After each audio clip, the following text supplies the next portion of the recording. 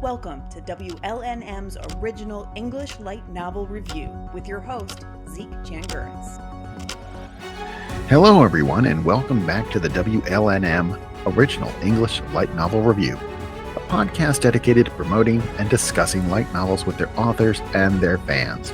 We also dive into whys and hows of writing and ask those process questions fans and especially writers like to ask. We sit down today with a friend of the program, JJ Piedra, author of From Ash, AR Dragonfly, Final Hope, and more, as well as the managing editor of the anime, manga, and light novel website, The Outer Haven. So welcome back to the program, JJ. Hey, thanks for having me. It's great to be back here. It's been a little bit. Yes, it has. It's, I took some time off because I burned myself out. That's why I decided in this revisiting of this, I would do 12 episodes, then take a break, then I'll do 12 more because I went almost 50 episodes and it just nearly, it stressed me out, and this shouldn't stress me out. This is something I want to do and have fun doing. But when you put yourself on those deadlines, you can do it to yourself, can't you? Hey, basically you became the anime industry. You used to do a long-running series, and then, it got a little bit stressful, so you started doing 12-episode arcs. There you go. Exactly. There you go. So you've gotten, since we've talked, you've gotten up to volume 8 of the From Ash series. But before we go into mapping out your series, how about give us the background elevator pitch again for what the From Ash series is about? Sure. So basically, From Ash is a slice of life, since that's the favorite genre I like to write. And it's about the journey of the main character, Ash Sawyer, to becoming a published author. And of course, as they say, becoming anything is not a path that's always paved with gold. So she deals with things like her job and the stress that she incurs there, and later in the series, like a writing competition. And, she gets backlash from her critics online, and she has to figure out a way to improve, to win them over. So it's a constant struggle for someone who's like an independent author trying to make it on their own as a self-published author. So that's kind of her journey. And of course, you mentioned volume 8, and that's going to start a second arc, which we'll get into. But it's basically just that. And of course, she has, a little bit of a love interest going on, and there's like a little bit of a dark past between her and her best friend Renji, so she has to deal with that as well. So it's all these like existential, outliers that really like become like an albatross that weighs on her, and it's like the story of getting the albatross off into her comfort zone and becoming more confident as a writer, and then finding that success. Okay. I wish you could see my hand gestures right now, because I'm doing that thing where you bring your finger to your lips and you're thinking, well, you're talking about it, or someone struggling to become an independent writer. Is there a little bit of you in this character? The funny thing is, a lot of people thought that when I was pitching this at first, that this was kind of like a hidden biography. And it kind of is, but it's not, because, a lot of us original English light novelists, we're all self-published, and there's not really, an industry out there that's, has its roots in OELNs and is doing well. So we don't have like that avenue to go through like traditional publishing. So we're all struggling. So I kind of feel that it's my struggles along with like everybody else's that, writers can relate to, because you have to deal with, all right, is my story good enough? How good is my prose? Like, what type of feedback am I getting? How does it affect me? And, sometimes that feedback weighs heavily on your mind, like it does with Ash. So it is a little bit of me in there, but I tried to kind of like broaden the scope so it's more relatable to a lot of independent authors. But at the same time, I am drawing a lot upon my personal experiences to kind of like shape Ash's story. But I'm also taking some like things that never happened to me that happened to her to kind of, not really make it about my own self journey or anything like that. It kind of reminds me a little of what PA Works has tried to do over the years with things like Shirobako and Aquatope on White Sand or Sakura Quest, where they're looking at younger people as they're trying to figure out their way into adulthood, trying to pursue their dream in a certain industry. It which has always been a very interesting way they've tried to blend that slice of life idea, but also give you an idea that there are lots of struggles out there as we try and pursue our dreams and try and be what we want to be as we grow up. Yeah, definitely.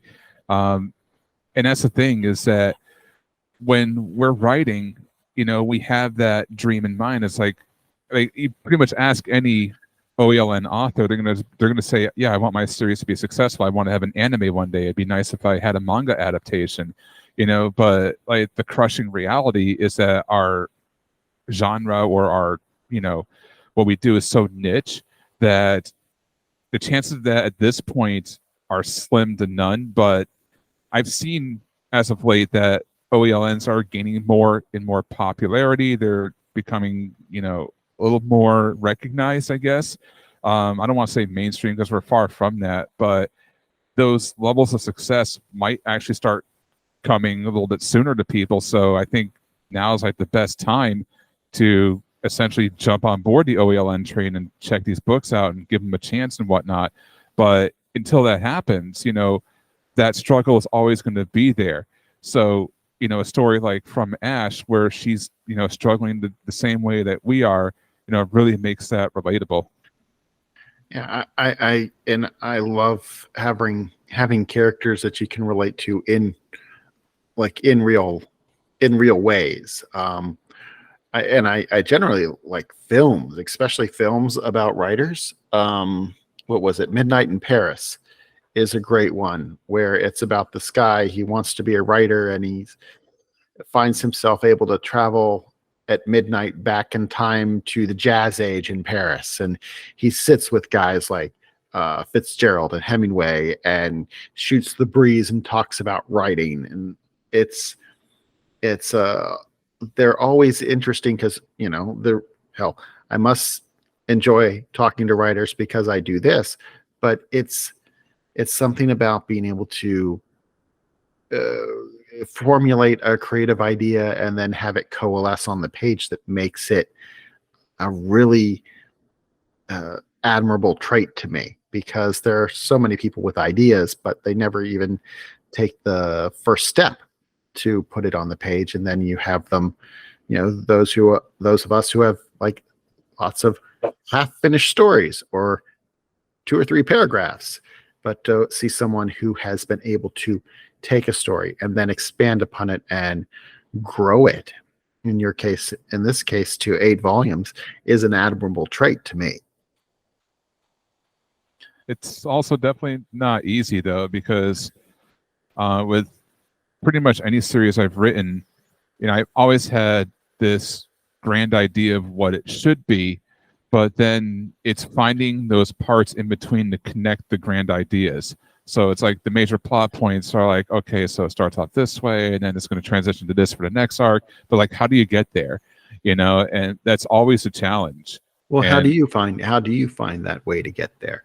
What do you draw on for that inspiration to get to connect those plot threads? So, like, the really weird way to put this is that I don't really do anything, but it's not like I don't do anything at the same time. It's kind of like hard to explain. So like with Final Hope, I can probably use this as an example. My first series, I already had the ending in mind when I wrote that.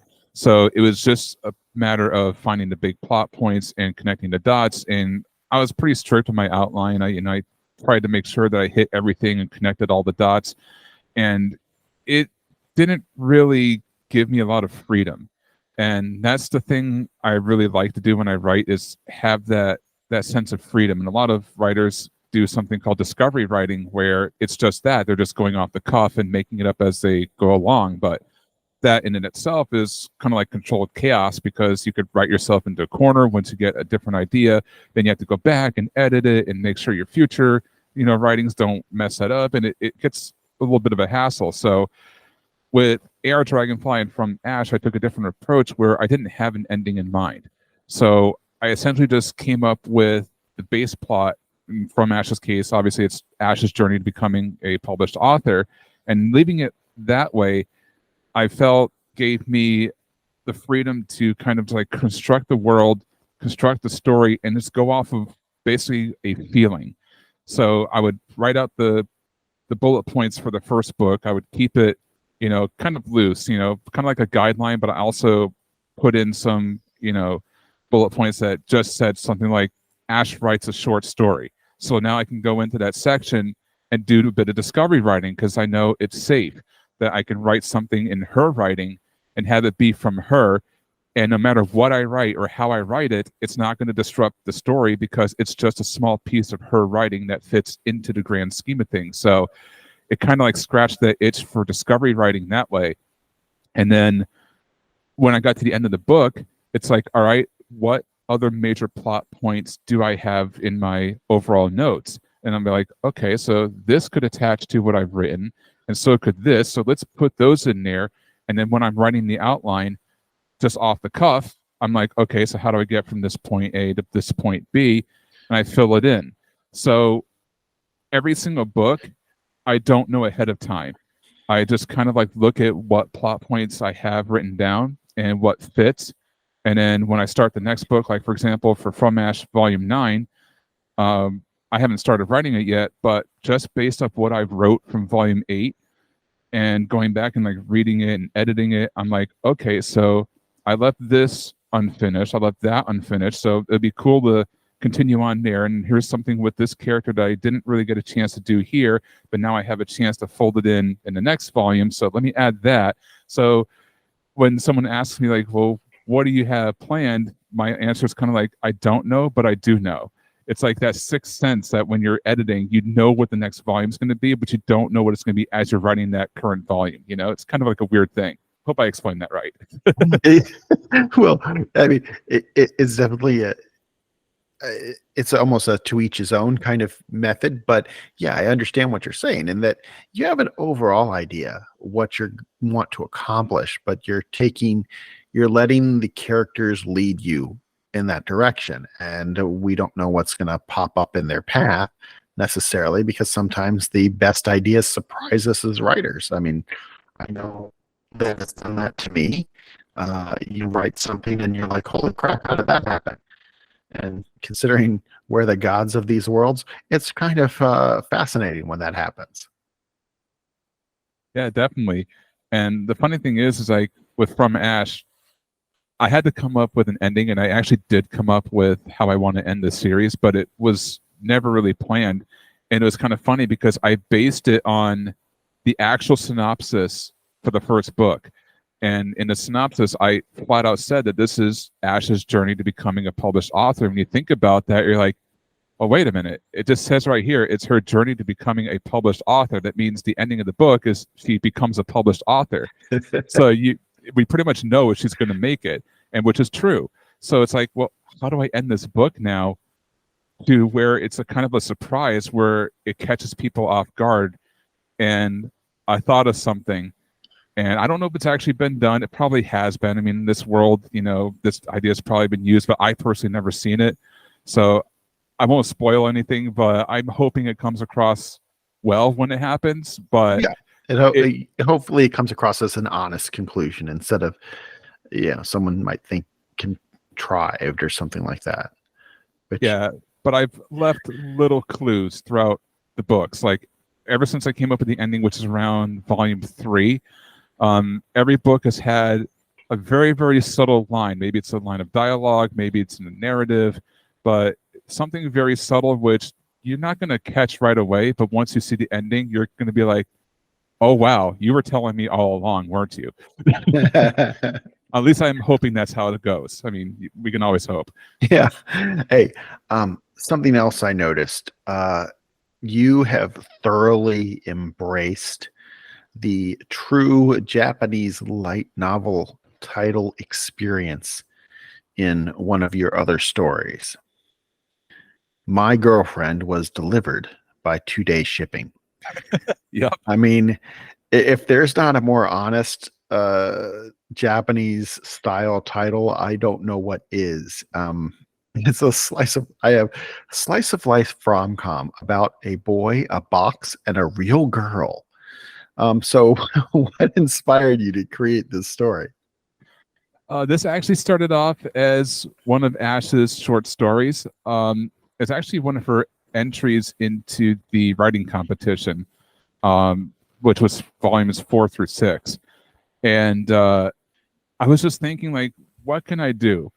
And I've always wanted to do like a true rom-com.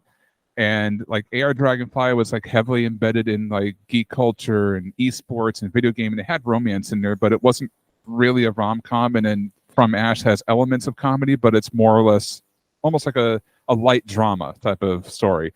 So I really wanted to see what I could do with an actual rom-com. So I wrote like a quick little 8,000 word bonus story and put it in the book. And the Honey Feed My Anime List contest came around, and one of the prompts was rom-com. And I'm like, can I actually take this 8,000 word short story and turn it into a full-fledged light novel? So I'm like, well, I can see different parts of this short story as being a different chapter. And just like all the other planning I've done for my books, it's a matter of filling in point A to point B. And so I just took the idea, I expanded on it, and ran with it. So yeah, it basically turned into this story where this boy named Daiki, he's supposed to be the cutest boy in school, the most, polite and helpful boy, but for some reason, no girl just ever wants to date him. And it was because of this vicious rumor that started that it got to that point, and he just became lonely. And then thankfully, just through the magic of, gods of our world type of thing, his parents just happened to be rich. They're never home either. So, there's that added effect of loneliness. That's accepted in the Japanese light novel universe. Oh, yeah. Parents are never home. Yep. And so he figures, hey, I'm rich. I've got the money. Let's see if I can buy one of the sophisticated androids out there just for the sense of companionship. Because, Japan is known for their advanced technology and robotics and whatnot. And he sees it's way much higher than he anticipated spending for money. So he goes and finds a lesser quality website, which are high sophisticated sex dolls, but he doesn't realize it because, he's not really thinking that. He's just thinking Android companion. And he even like makes remarks like, wow, these things are even anatomically correct. They spare no detail. So he orders one and it comes by 2-day shipping. So the comedy part of it is with Miko, the girl who lives in Aomori, Japan, on the opposite side of the country. And she doesn't have a tough life, but in her mind, she feels like she's oppressed because she just wants to be a normal high school girl, and her parents who never went to college, never got a good education, just want that for her. So they're a little bit strict on her grades. And when she goes out and has fun and their grades slip, she gets grounded. She doesn't like that. She doesn't want to have that study life. She just wants to be a free teenage girl. So she decides to do what every teenage girl does, run away from home. And there just happens to be a sex doll factory that's right down the road from her house. And she notices that the boxes are about her body size. So she happens to pick a random box, which happens to be Daiki's order, heaves the doll out of the box, gets in, covers herself with packing peanuts, and 2 days later, she shows up on his doorstep, and now the most unlikely relationship begins over spring break. Yeah, I keep visually thinking of that moment in SAO where Alice ships herself to Kirito and is naked in a box, and it's just it's one of those like you're like, really? You open it, the packing peanuts shift away, and you see eyes staring back at you, and you're like, "Wow, is this what I ordered?" But yeah, hey, I think I love the way that sets up, because it's an absurd concept, which a lot of rom-coms are. I mean, and that's part of the fun of these stories is when it truly is an absurd concept, in that she's going to stuff herself in a box for 2 days. I doubt she had packing peanuts were made of Cheetos, because I would be hungry after 2 days. But I guess that's how they keep their thin shape. Yeah, the funny thing is, I got comments like, this doesn't seem realistic, and like, well, of course not. It's a comedy. Like, Exactly. go watch a Japanese rom-com anime and tell me how many of those things actually make sense. Like, was a girlfriend? Like, what girlfriend, in her right mind, just blatantly agrees to let her boyfriend like date someone else and then start a harem? In Saki's words, she's just too damn cute. Like, Saki says she would date her too. So, I guess they get that. Like, and thank you for choosing girlfriend and not the other one, because I really like girlfriend. I think it's better than rental girlfriend. So that's a hill I'm going to die on, because we all need to pick sides in the harem wars. As long as it's not Infinite Stratos. Yes. Hey, Charlotte or Charles is the best girl in Infinite Stratos. Okay, I said it. It's between her and the school president. I just like that overbearing attitude of the school president. But with it, and now my brain is diverging, and I'm thinking the other rule with the parents of a high school student in an anime or manga is the mom's got to be a MILF. Yeah, she's definitely. Always got to be hot. I mean, that seems to be the rule. And whether she's lowly hot or like older hot, she still just has to be hot, which is spectacular because we know we're in a fantasy world. So you started with the idea that publishing this stuff on your own was the best method, and I agree that, especially in the OELN community, most of us have published things by ourselves, either in the web novel versions or the or straight up published them through Amazon or some other source. But have you used things like Honeyfeed or Royal Road as a beta test for your work? Not as a beta test, but I did actually unpublish Final Hope from Amazon. So it's not available in paperback anymore, because now that I have 4 series under my belt, I kind of wanted to give people a free option to kind of get like an introduction to me as an author. So I converted Final Hope from 21 physical chapters into 54 web novel sized chapters, and I released them over an 18-week period, which is 3 chapters a week, on Royal Road. So that's up there. It's available for people to read. I think the final chapter came out mid-September, so it's complete.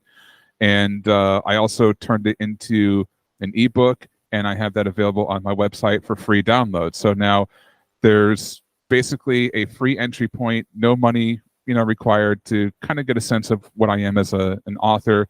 And then if people enjoy it, well, now they can look at AR Dragonfly, From Ash, My Girlfriend, and go from there.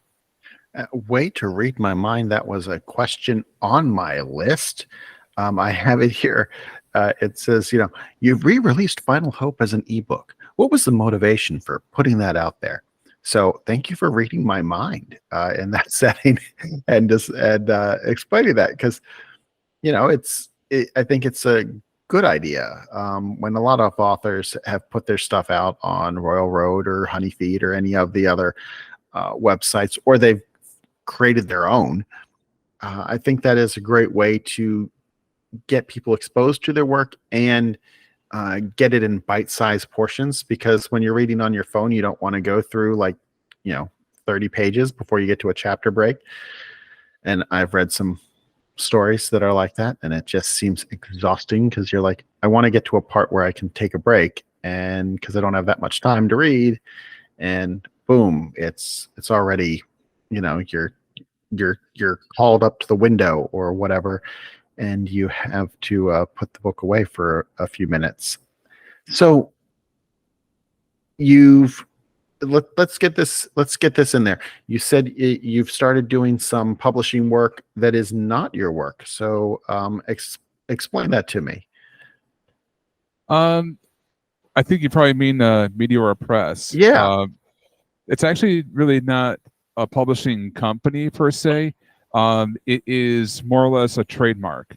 Mm. So what I thought about, and this is, I think there's something similar that Brandon Varnell does, because he has like a publishing brand on his books. I think his is like Kitsune Press, I think it is.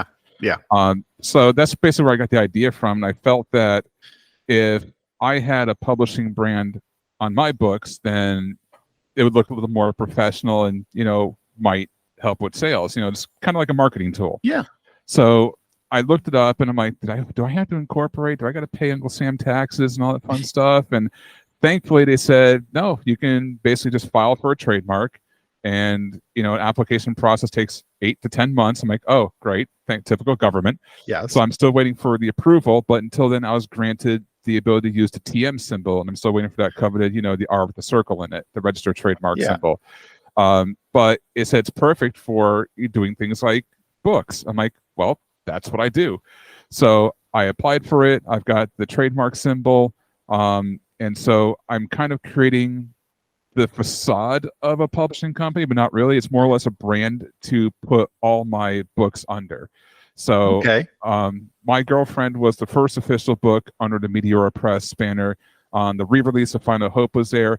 And I know there are some of my readers who kind of go out and rebuy my books if I change the cover. And I said, like, no, I'm not going to put the Meteora Press logo on From Ash and AR Dragonfly. It's only going to be on new works, but technically those series are under the banner, but I'm just not going to redo the books and say they are, because I don't want to, discourage people who already bought the books and feel that they're missing out on a different, version or edition of it, Hey, I think whatever marketing that you can make, use, especially for independent authors, you need to use whatever tools you can get your hands on to get things out there. And I think the trademark thing is a great idea.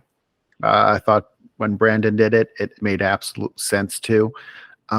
The idea that, you are,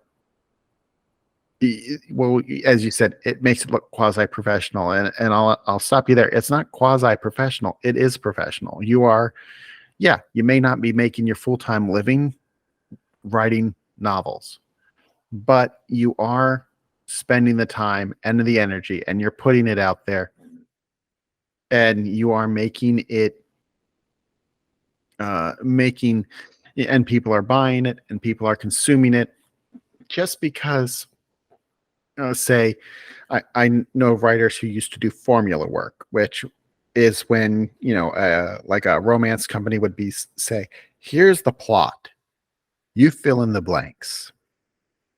And they were paid to be writers. And they didn't have to be the most creative writers in the world, but they had to take this plot from A to Z and fill in all the blanks so Harlequin could publish them and make them, and put them in supermarket counters. And it may have seemed very pedantic and process driven, but it's still being a professional writer. So you putting a book out there, someone paying for you, to me, that's like the rubber stamp says you are a professional. You have been you have been paid for your work, because even let's never mind. I had a great analogy, but then I decided YouTube wouldn't like it. But so how do you, talking about these two professions that you're balancing, how do you balance them?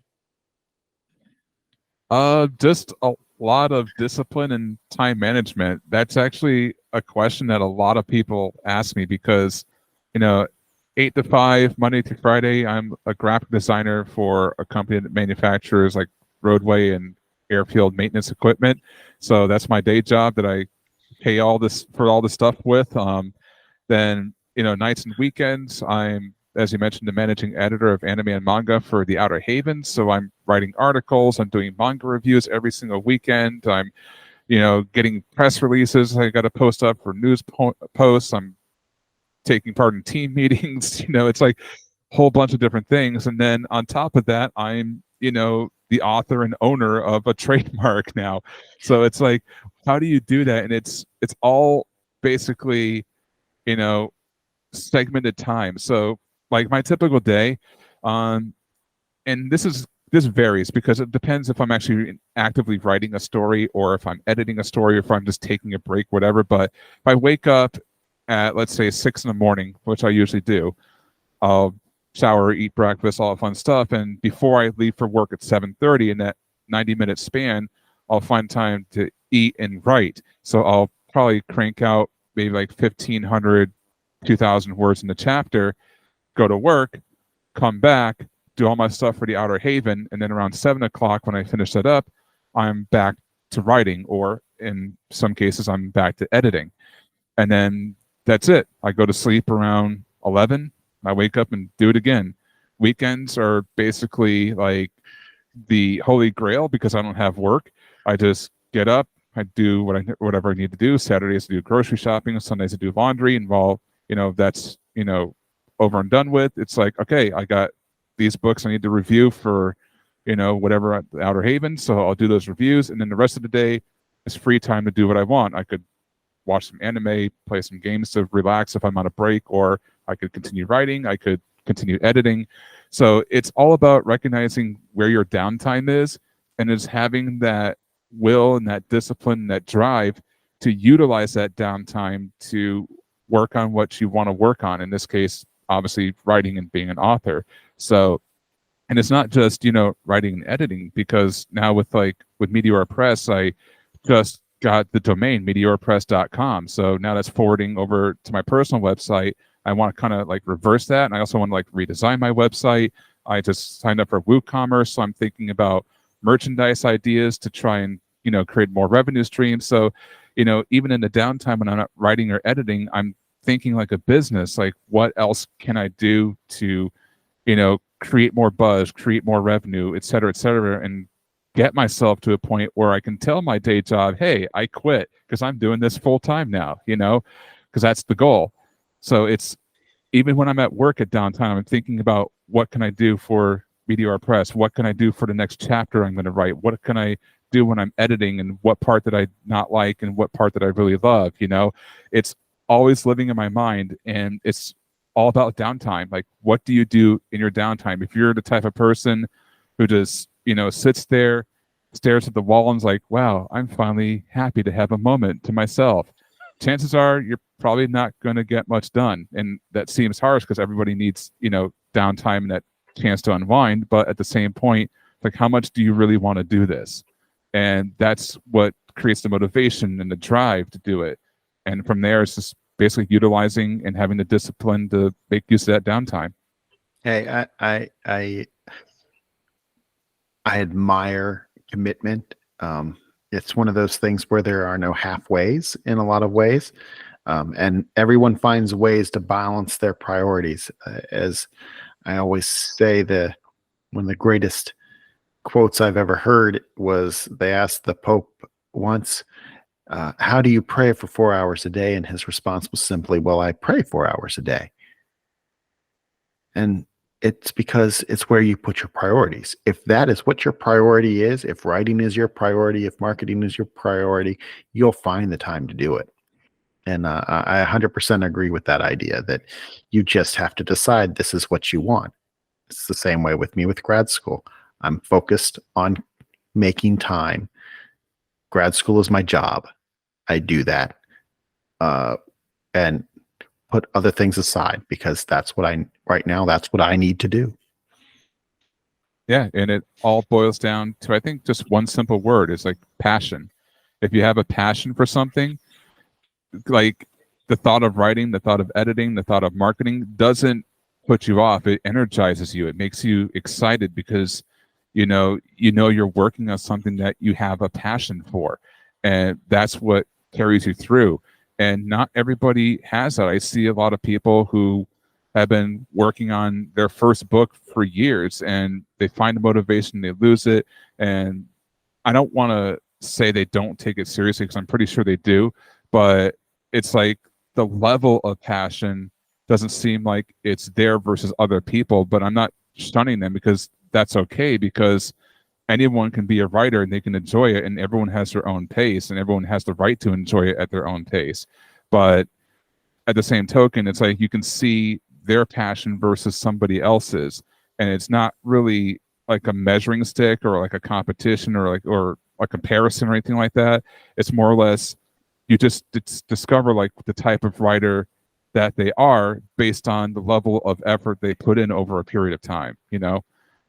And you just see that. And like I said, it's not a knock on anybody, it's not a shun, because like I said, everyone deserves to enjoy writing at their own pace, and what works for someone doesn't work for somebody else, and that's perfectly fine. But maybe labeling it as a lack of passion is like the wrong thing, because everyone I think who writes is passionate about it. It's just there's like different levels there, you know. Yeah, and I think those are excellent words to live by. And thank you for talking about From Ash, talking about your insights on prioritizing what you write and how you write and when you write. I think there are a lot of us who can make that gut check to move forward. And if you're listening and you like what you've heard today, check it out you can check it out on his website. I do have that placed in the description. And thank you for listening. To those of you who are new to the review, please hit like and subscribe. We want to get that algorithm working for us and putting this episode and other episodes in the eyes of new listeners, and those new listeners hopefully are new readers, and that helps grow the OELN community. So until next time, for WLNM, the OELN Review, I'm Zeke Chingers, and keep reading. This has been a WLNM podcast.